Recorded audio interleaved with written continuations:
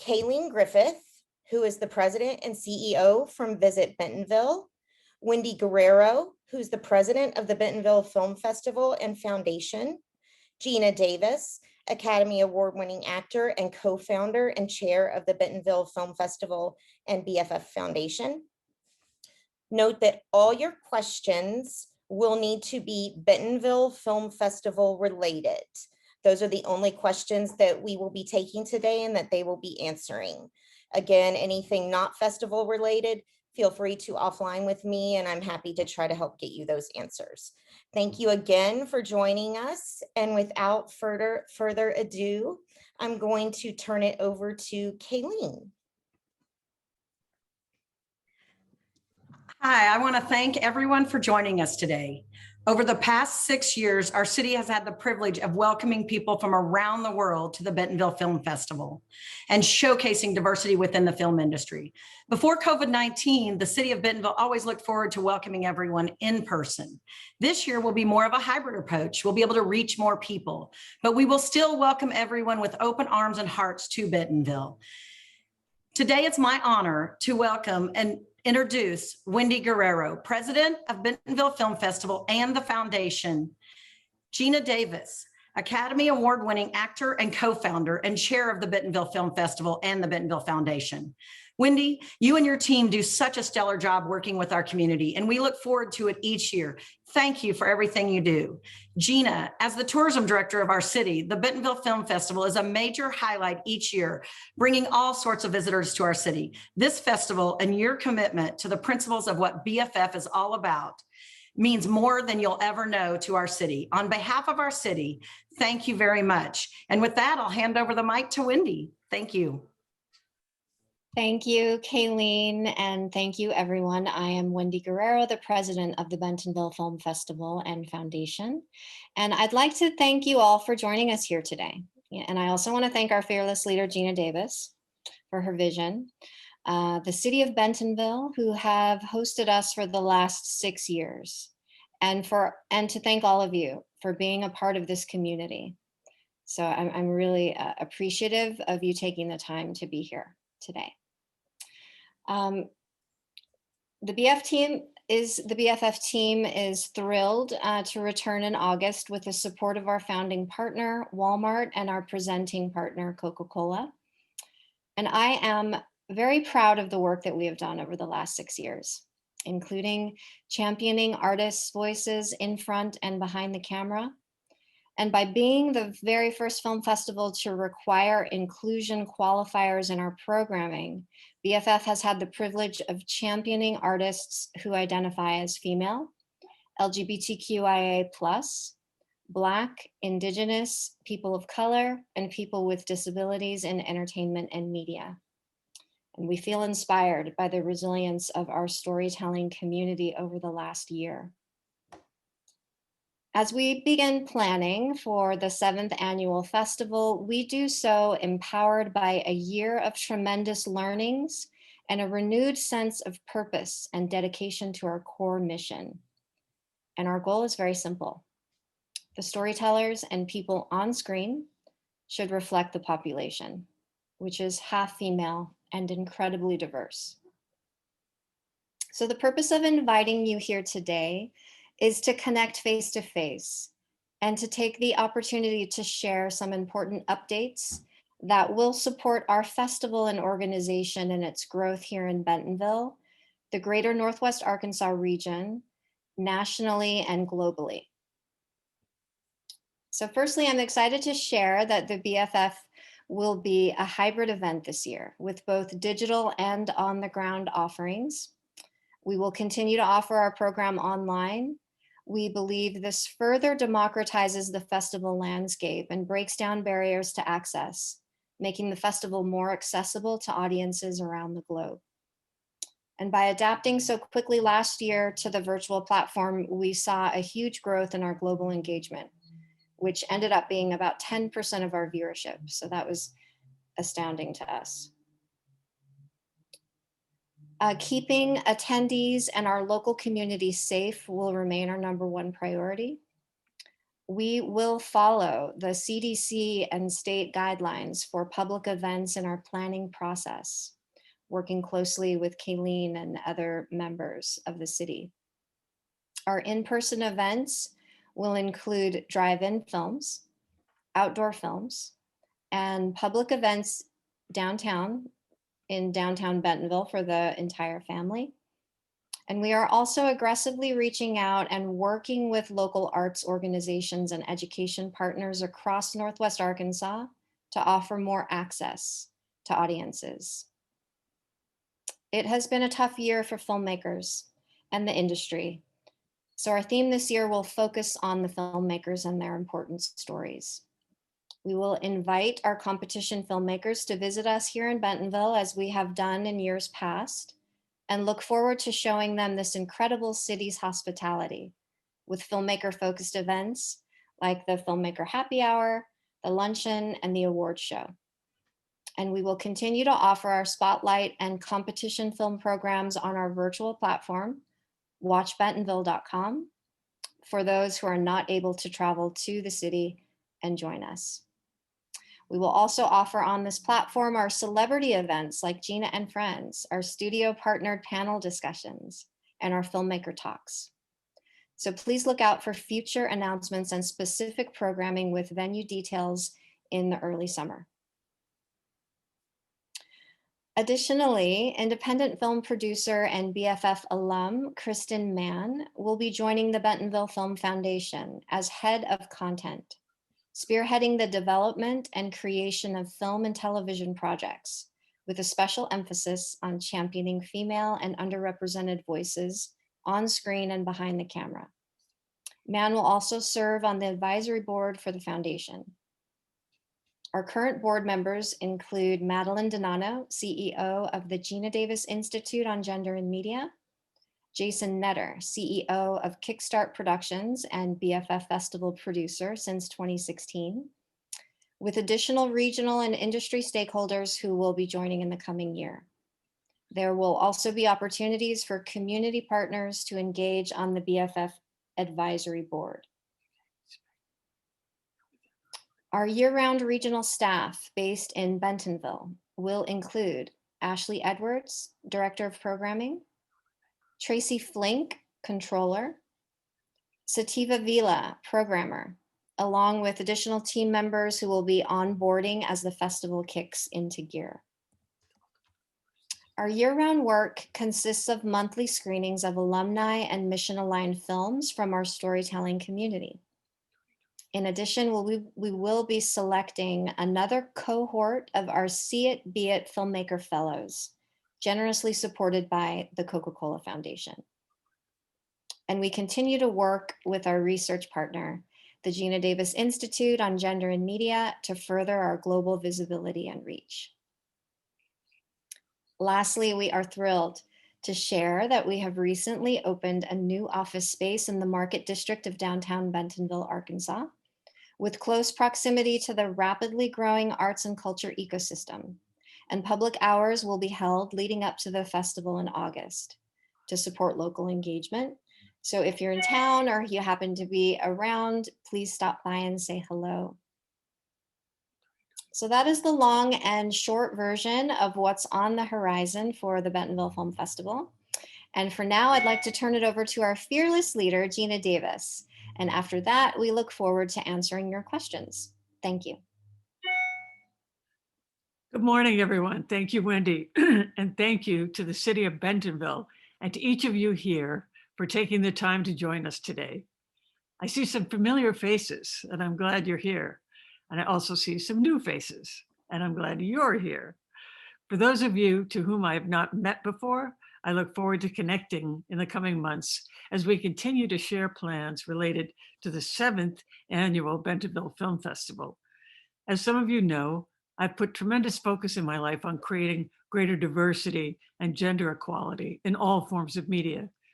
In 2004, I founded the Gina Davis Institute on Gender and Media.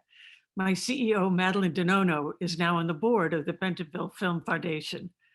Throughout this time, and over the course of the last year especially, my dedication to that space to racial justice and social reform has only been reaffirmed. We know that we have more work to do, and we look forward to doing that work with you at our side. In 2021, our goal is to share with audiences and partners our most diverse, equitable film festival yet. A true vision of what the future of media can and should look like. This means giving platform to films, panels, voices, and events that more accurately represent the world we live in. In media today and in film and television, only 12.6% of characters on screen are represented by persons of color, yet the society we live in is 35%. Women still make up only 34% of characters on screen. The Bentonville Film Festival aims ultimately to reconcile this underrepresentation. The city of Bentonville is home for our festival, and it's a reflection of the good we can do within the entertainment space and within our greater culture at large. We want to thank our partners at Walmart and Coca-Cola and each of you for sticking with us throughout 2020 as we exercised our resilience, our perseverance, and openness to ultimately push this film festival forward and create something impactful. I'm happy to report that in many ways, the 2020 festival, while primarily online, was our most successful yet. It was the most diverse program we've ever had, with over 70 films programmed. 80% of the films were directed by women, 65% by people of color, and 45% LGBTQIA+. In 2021, as Wendy said, we're leaning even further into our initiatives and core mission. And our biggest takeaway last year was that creating a film festival with this level of equity compromised absolutely nothing. In fact, it showcased the tremendous talents and abilities of the many, many underrepresented storytellers that make up the fabric of our communities here in the US and around the world. So stick with us, follow along, and thank you all again for sharing with us your time, your trust, and your city. Thank you. Thank you, Gina. At this time, we're going to open this up for a brief Q&A. If you would like to ask a question, we ask that you raise your hand. I will call on you, unmute your line. You are to state your name, your outlet, and your one question. We will then mute your line, and Gina and Wendy will happily answer that. This should be Bentonville Film Festival related questions only.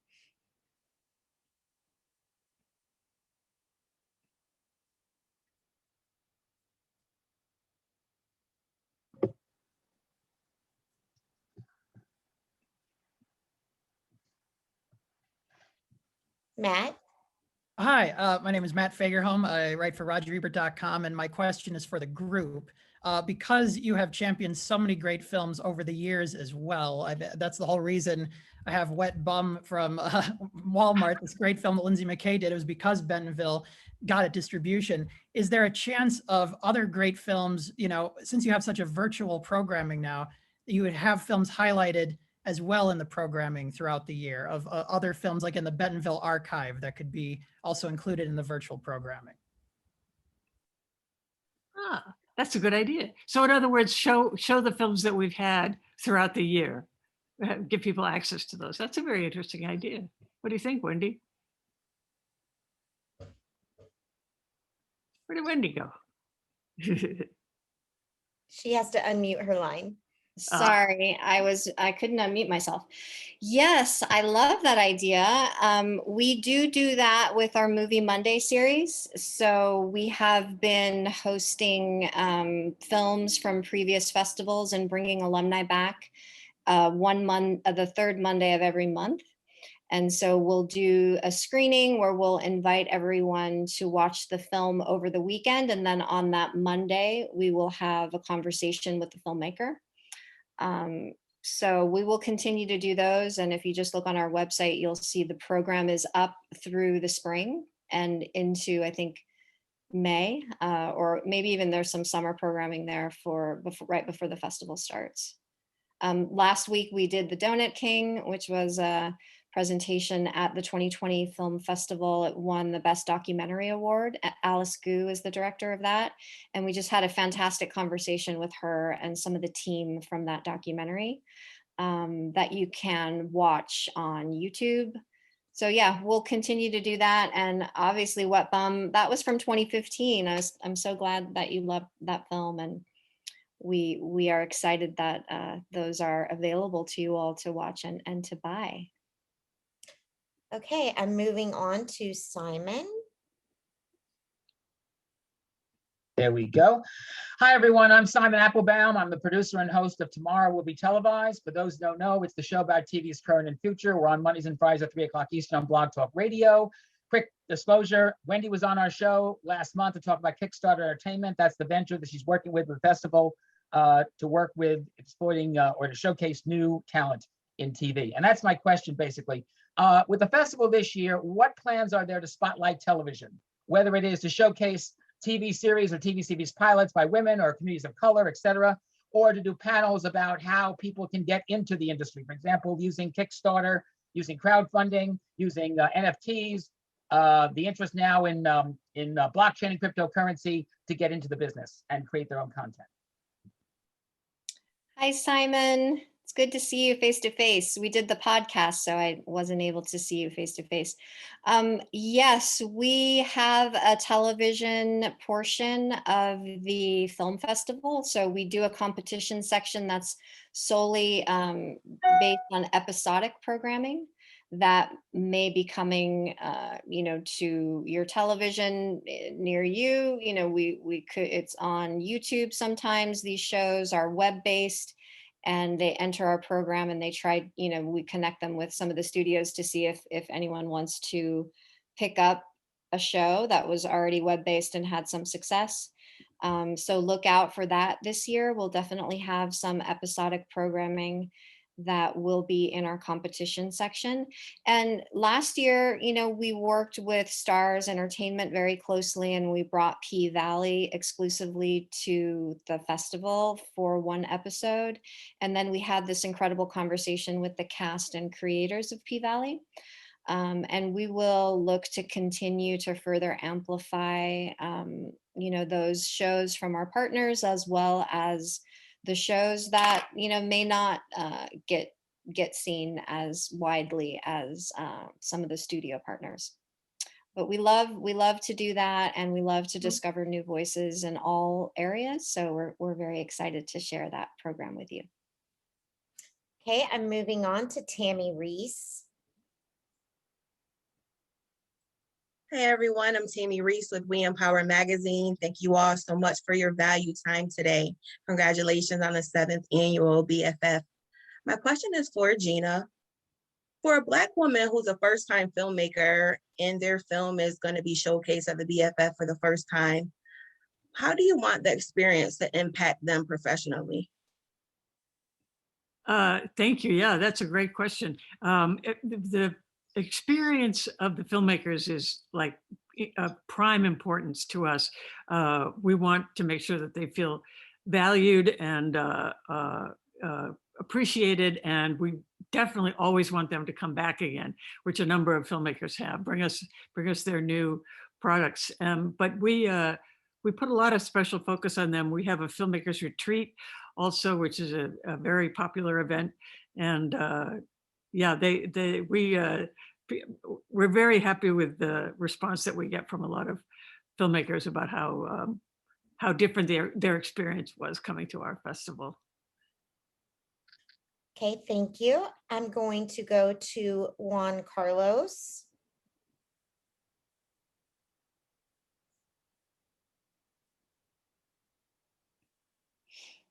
Let's see if he can unmute. I'll unmute. Okay, there you go. Okay, está bien, maestra. No, que lo esperes. Hola, Milena.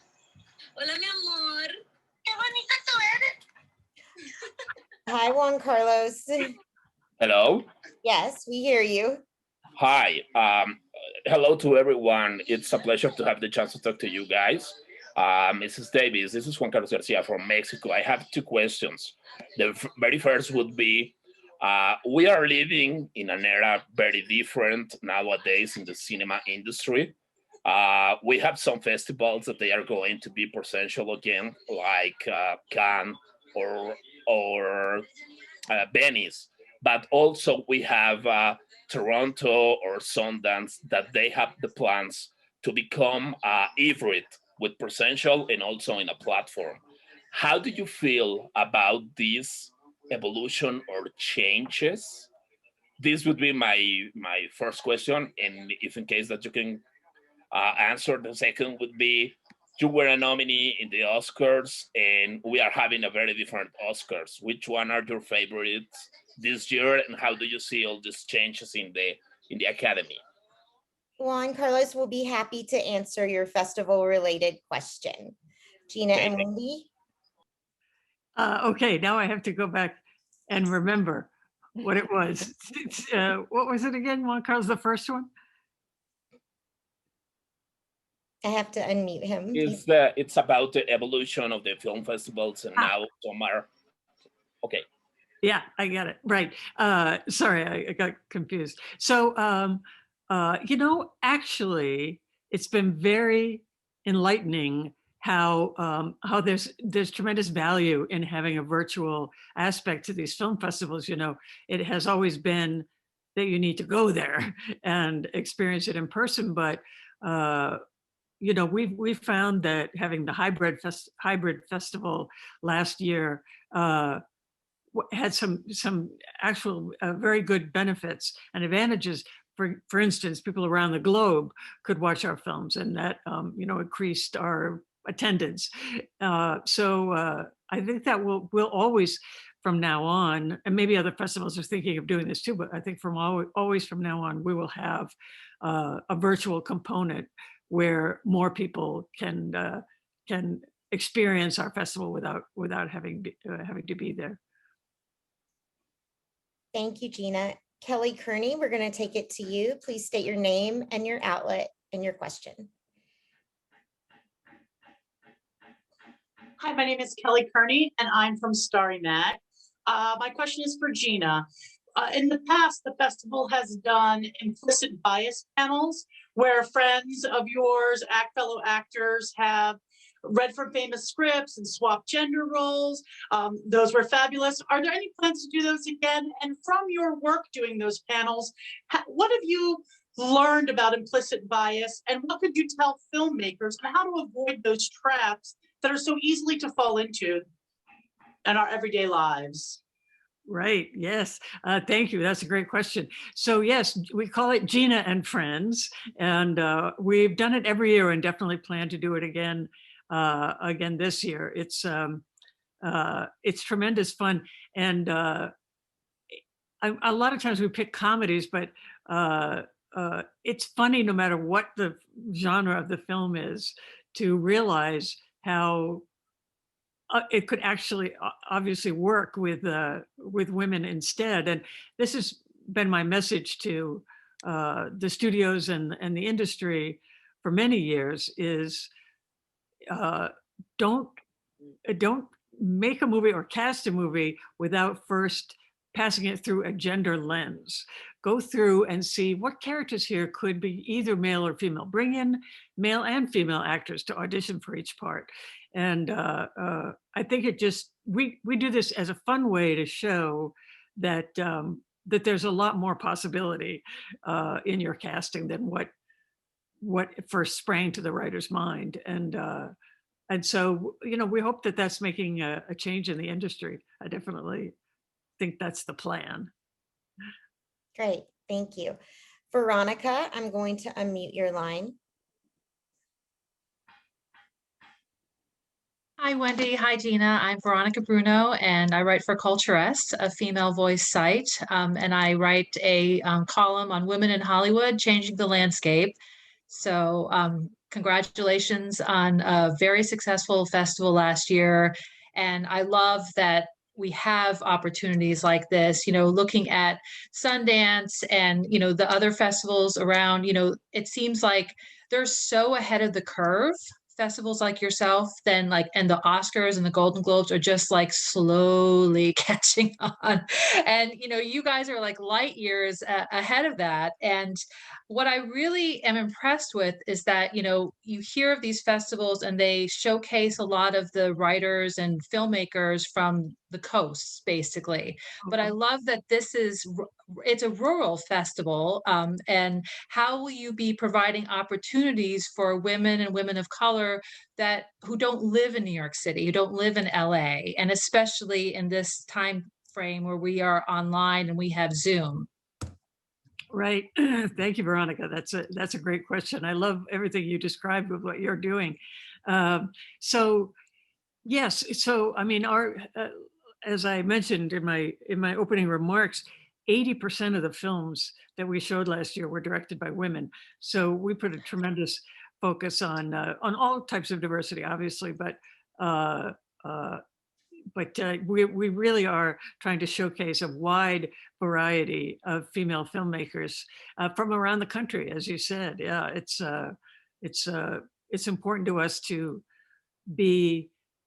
feel like we're at the heart of America, and bring out the best in all different kinds of people that might not get an opportunity to be in other film festivals. Great, thank you. Danita, I'm going to unmute your line.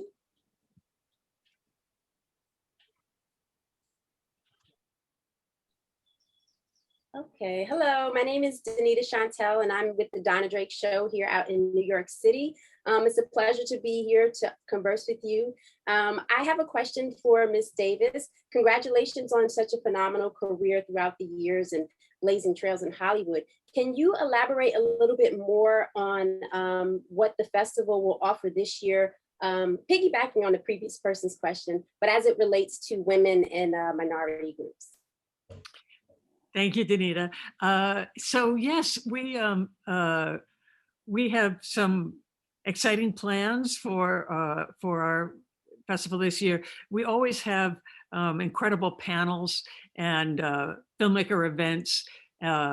Obviously, when we show the films, there's a Q&A with the directors and the filmmakers, and we have a filmmakers lounge, and as I said, we have the filmmakers retreat. So the focus really is on the creators of these films, where people can experience that and get to know them and get to feel a connection with them. Thank you, Danita. Wendy, would you like to add anything?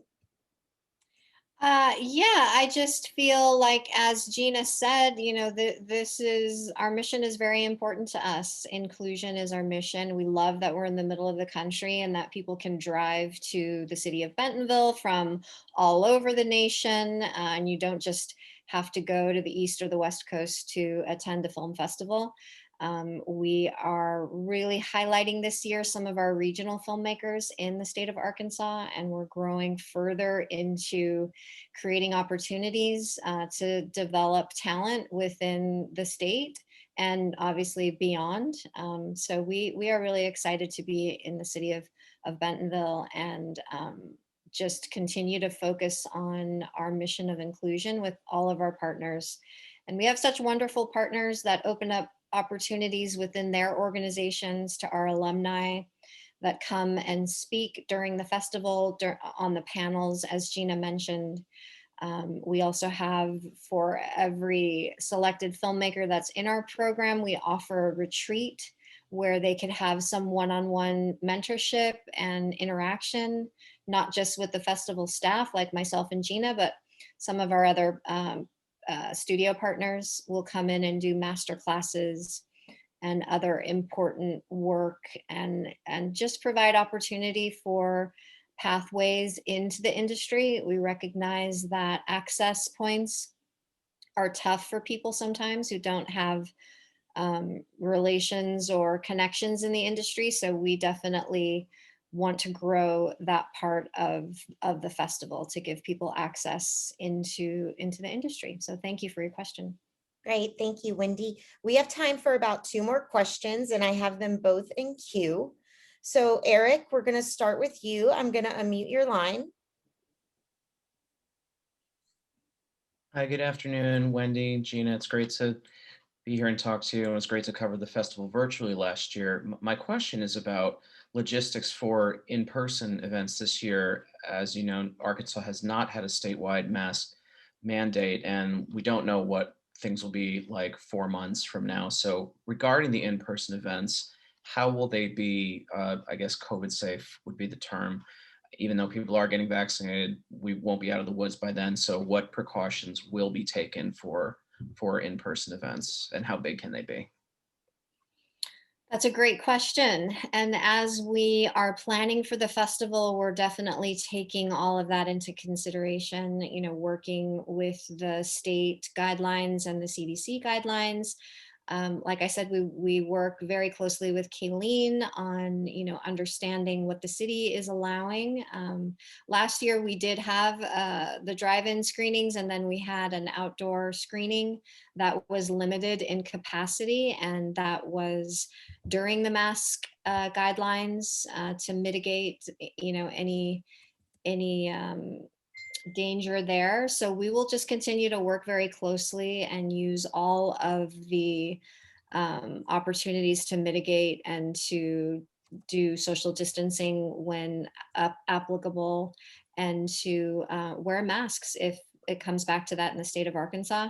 You know, we're still, you know, a lot of the rest of the country is still wearing masks, and I know that I will be wearing a mask probably for the rest of my life when I get on an airplane or I do any type of travel like that. So, so thank you for your question, but we will be working, you know, very safely and make sure that the audiences are very safe. That's our #1 priority. So thank you, Eric. And our last question is coming from Fabian. I'm going to unmute your line, Fabian. Please state your name, your outlet, and your question regarding the festival. Hi, my name is Fabian Weintal from Valladolid. Magazine. How are you doing, Gina? You know, this is a big year for. Oh, Fabian, your connection is a little. Among lawyers, because it's the big anniversary coming up. So in regards to what. Okay, let's see if it's better now. So I was saying that Thelma and Louise, the movie, is a big anniversary coming up. So I would like to ask you, you know, in regards to that movie, if there would be one single thing that you could change, what would that be? And if you could go back in time, what would you say to that Gina Davis in 1992? Fabian, we're only taking questions, Fabian, that are in regards to the festival directly at this time. Do you have a Bentonville Film Festival related question? Well, I mean, we're talking about the film festival. It's a big, anniversary in 1992. You know, it's a 30-year anniversary for Thelma and Louise. So I think it's related to a film festival, right? I mean, yeah, sure. I Go ahead, Gina. I can answer that. Nobody's ever asked me about that. What would I change if I could? Actually, I have to admit there would be nothing that I would change. I fell in love with that script with all my heart when I first read it, and I'm so lucky that I got to be in it. And I can't believe it was 30 years ago this year. And yet I still look the same. But it was a very meaningful film for me, and I think Susan and I are gonna try to celebrate it in some way, the anniversary. Thank you. All right, thank you, Gina. Thank you, guys.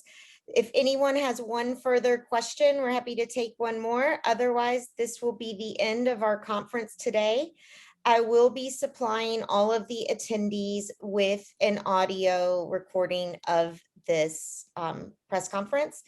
And if you have any follow-up questions, we're happy to have those answered for you offline. All right. Thank you, guys. Thank you, Gina. Thank you, Wendy. Thank you, Kayleen. We appreciate your time. Thanks, everyone. Thank you.